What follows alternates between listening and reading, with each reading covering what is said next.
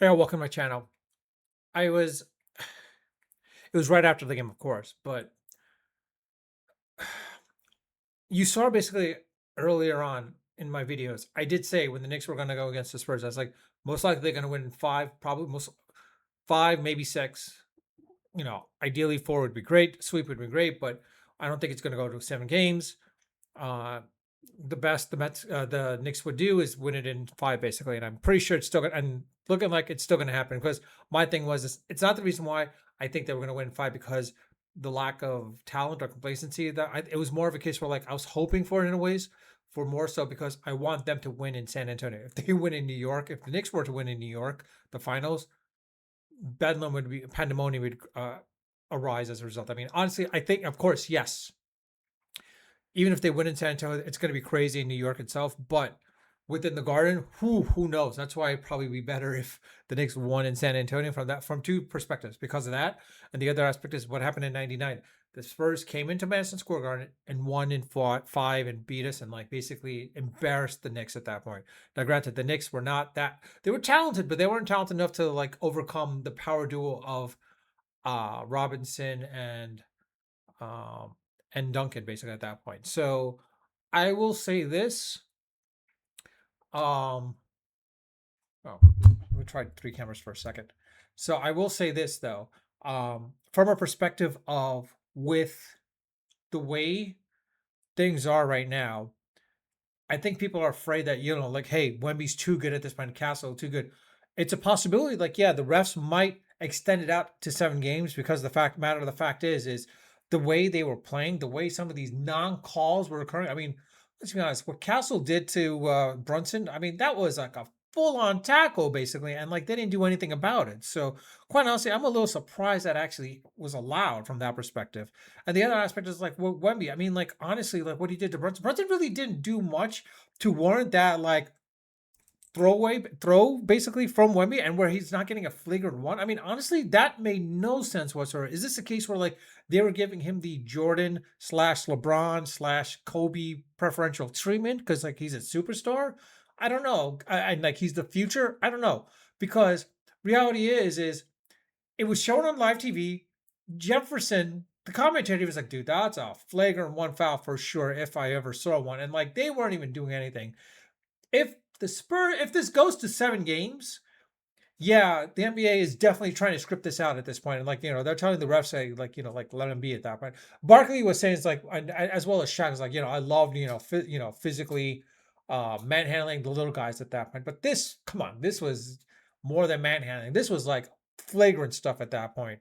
And I mean, even Shaq when he did stuff, I mean, honestly, he was called for fouls as well as Barkley. But Barkley saying the fact that like whoever's the most aggressive in the beginning, the refs will be on their side for that perspective. I'm like, that's baloney. That's pure baloney. I think that's more of a case where like they're just coming up with excuses at that point because like they're trying to go and fit the needs of what the NBA corps are trying to get to out of this point. Like try to squeeze as much as they can. 7 games gives them more ratings. Because like this is probably it's not the highest ratings, but let's be honest. I could also put the blame as Donald Trump. I mean, honestly, like you don't have enough of the fan base that can surround the area because hey, they're not allowed to be there, honestly. And the other aspect is like he's bad luck. I mean, honestly, it's like the Knicks probably is like, yeah, we're not going to win here because like we got this knucklehead here. We'd rather do it in San Antonio at that point. I mean, let's be honest, we also see a lot of the bandwagoners coming on board at that point as well too. And like they're getting at the tickets. I mean, there are some that actually, are Knicks fans. Are they diehard Knicks fans? No, but they are definitely Knicks fans, and they know full well what to be. I mean, McEnroe, granted, he's not going to go all the way out to San Antonio, but he's got things to do. But at the same time, he is Knicks fan. You see him at every game at the Garden practically. Peyton Manning and Derek Jeter. I mean, they'll be there. You'll see them in certain games, but they're not going to play at every game. So, can you call them like true diehard Knicks fans? No, but they are New Yorkers. They are New Yorkers. So, and they are support. They know full well what it is. I mean, I'm not a Yankees fan. Hate Derek Jeter, but at least he was there. But then there was some chick in the front row. You could tell she was just there, just for the fact that she just wanted to be there because her husband and everyone around him were all standing, and even other women were standing and cheering him on. She was just sitting there, like looking at her nails. I'm like, that was a wasted seat at that point. But from the Knicks' perspective, they're like, hey, you know what? They're willing to spend the money. They're willing to spend the money, and like it's like billionaires row practically at that point. That's just me griping from that perspective. But anyways, I'll say this: Game five, look for the Knicks, look for Brunson, look for Hart to be more physical, look for Cat to be a little bit more physical, and look for Mikal Bridges and Cat. Yeah, they were held back. I mean, they were non-existent from that perspective. Cat, it shows like the same time when Cat was playing with the Minnesota Timberwolves, they were going against the Nuggets. You saw when they won, the only way they won is when Cat was good. When they lost, Cat wasn't doing much. It's almost the same thing in this situation. But reality is like I think we could get away a little bit with Cat if Cat can contain Wemby and Brunson, Hart, OG, and Mikal Bridges can do a lot more to it to the point where like they can score more. I think that's possible. I mean, Hart, it would be great if he could score more, but reality is like if he could get the rebounds, it'd be like doing all the nitty gritty stuff. Yeah, because like let's be honest, this game, if the Spurs were to win, they should have won by. If you could see the Knicks with all the fouls and everything that were going against them, they were still in the game. They kept it so close to the point of like this is a team that should have won that game.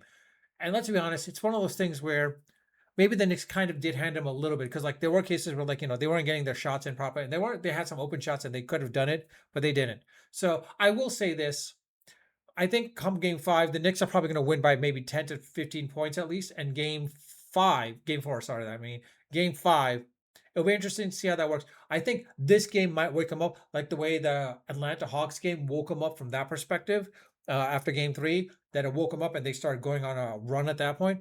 I could see the Knicks winning handsomely in game four and then definitely winning by a large margin in game five.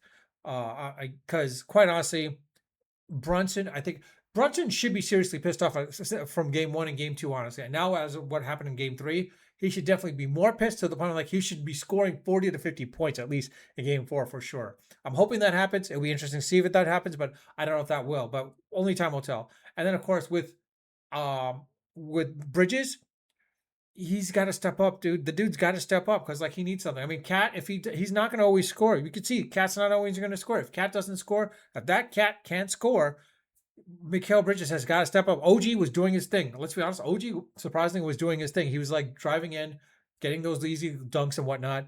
I will say this: OG taking those threes kind of scares me every now and then. I mean, I like it, but at the same time, it's like too many, too many. Maybe he starts driving into the basket more. I mean, if he can drive to the basket and like have Wemby try to block him, drive it to the point where like then you got another guy cutting in at that point. Wemby will have to be, he can't be in two places at once. So time will tell, but let's see what happens in game four. I'll say this: look for the Knicks to win at that point. Look for the Knicks to win considerably at that point. But with that, I'll leave it at that. Unfiltered, unedited, of course, always unrehearsed. Until next time.